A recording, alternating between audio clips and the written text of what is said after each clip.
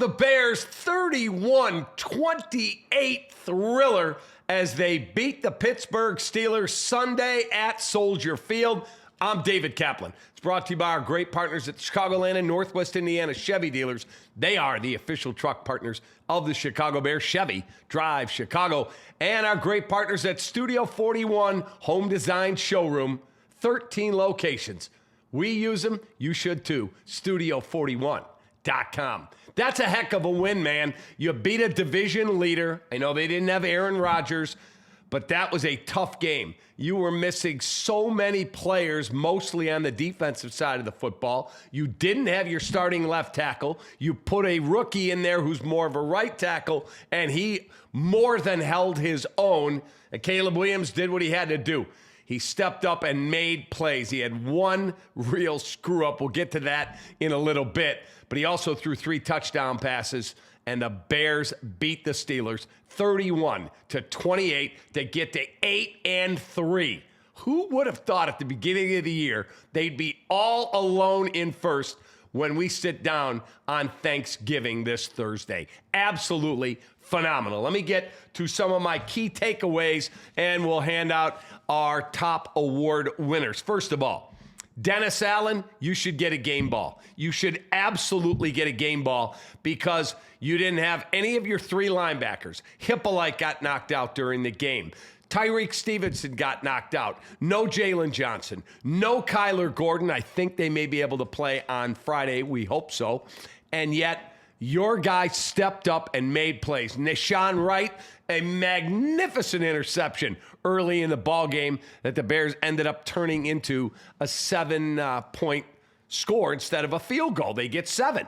That's what Ben Johnson's been talking about. They get a pass to DJ Moore, 7-0 Bears. Another key takeaway, batted balls. We saw one on the last pass attempt at the end of the game on 4th down by Mason Rudolph. I don't know if it was Jarrett or Brisker who got their hand in there, got a piece of it. It landed on the ground. Ball game over. Bears win. Grady Jarrett had another one earlier in the game. That was a key play. Backups stepping up. Ryan Poles has to feel really good today that the backups he put in there did their jobs to the best of their ability. When you're missing all of those key guys, somehow, some way, they find a way again to win a football game. This team started 0-2, and now they sit at 8-3, winning 8 of their last 9 games. Absolutely magnificent job by this team and this coaching staff today. Ozzie Trapillo, I got to shout you out. You may not be the player of the game, but they tell you on Friday it doesn't look like Theo Benedet's going to be able to go. You're starting at left tackle. You got Watt out there, and you got all these studs that the Steelers have on their defense, and somehow, some way, they didn't have to call his name today because he did his job. That's what it is when you're a backup. Next man up, find a way to do your job, and he did. So shout out Ozzie Trapillo. Shout out all the backups and backups to backups over at the linebacker spot in the defensive backfield. Those guys are trying to make plays. My buddy Phil's texting me. He's like, McLeod's playing too far off. Yeah, because he's not a starter. He's just trying to stay alive, man. He's just trying to not get beat deep. DK Metcalf, heck of a player. He was banged up throughout the game. He stayed in there, kept coming off the field, coming back in. But, you know, you don't want to get that guy to beat you deep because he can beat you on a high-pointed ball, and he can run very, very fast. So I thought the defense today, Dennis Allen, you deserve an absolute pat on the back for what you did today. And then your quarterback stepped up. He had one screw-up. He gets trapped in the end zone. TJ Watt, and that is our stat of the day, by the way, our 4 seasons, heating, air conditioning, plumbing, and electric stat of the day. That sack by TJ Watt, strip sack, recovered by, I believe, Herbig for a touchdown. That was his 115th career sack. And guess what? That put him half a sack past J.J. Watt, his brother, who was doing the game at Soldier Field today. They had some laughs about it on the broadcast. Super cool. So there is your stat of the day. Caleb, you can't do that. Either take the sack outside the end zone, retreat, or throw that ball away. You cannot do what you did on that play, and you'll hear about it from Ben Johnson. But then he stepped up. 3 touchdown passes for Caleb Williams. Used his legs when he had to make plays, move the sticks. I know everyone was upset that there wasn't a roughing call on Jalen Ramsey. When he made contact, Caleb was still in bounds. You could see him slow up as he's going out of bounds. Many guys will just go, he's going out of bounds, let him go. That's not who Jalen Ramsey is. Fair enough. Just you'll learn for the next time. And then the takeaways. Montez Sweat, magnificent job. Magnificent. In fact, we're going to give our apt player of the game to Montez Sweat. 2 sacks, should have had a third. He had him wrapped up and lost him. He also had a fumble recovery, a forced fumble. Nashawn Wright with that insanely athletic interception early in the game of Mason Rudolph. So they are the apt player of the game. Promo code to save you $25 is REKAP, recap 25. And I'll also give the Dr. Pepper play of the game to that defensive TD. And I said that this morning on our precap. You cannot allow TJ Watt to wreck a game. And he nearly did. He nearly did. You gave them a free 7 points.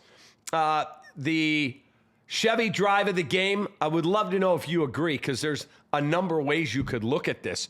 I think it's the Monungai 2-yard touchdown run gave the Bears a 10-point lead, and that's how they ended up winning the football game by 3. It's 9 plays, 54 yards. It took 4 minutes and 38 seconds off of the clock. But all I'll tell you is this. They keep finding ways. Next up, the Eagles on Black Friday in Philly. That's going to be a very tough game. We'll talk about that down the road next couple of days. But guess what? 8-3, alone in first when you sit down for your turkey dinner. At some point, you're going to have to start giving them credit to those of you that keep doubting them. At some point, you're going to have to go, okay, I'm in. If you're not and you're a Bears fan, I don't understand what you are looking at. So there is our Ankin Law question of the day. You want to win pizza to Lou Malnati's? Ankin Law question of the day. 312-6 million for Howard Ankin. Do you believe in the Chicago Bears now, or are you still afraid to put your heart out on the table and go all in and see how far you can ride this thing? Why? Tell me why. I don't understand it. So give me an eloquent answer. You might end up going to dinner, even though we disagree. Have a great rest of your day. Bears get it done. The Sinus and Snoring inside the numbers. Let me give you these. Caleb, 19 of 35, 239 yards, 3 touchdowns. Total yards, Pittsburgh outgained the Bears, 345 to 328. But when they had to make big plays, they made them. Bears turned it over twice. Steelers turned it over twice. You had the strip sack of Mason Rudolph. You had the pick by Nashawn Wright. But you had a DeAndre Swift fumble, which I don't know how the officials saw that. He was stopped cold. How do you not blow the whistle? And all of a sudden, they get the ball at the bottom of the pile. Bam.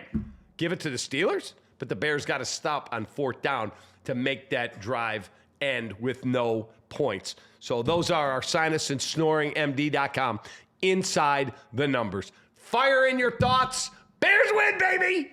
8-3. 8-3. Take that.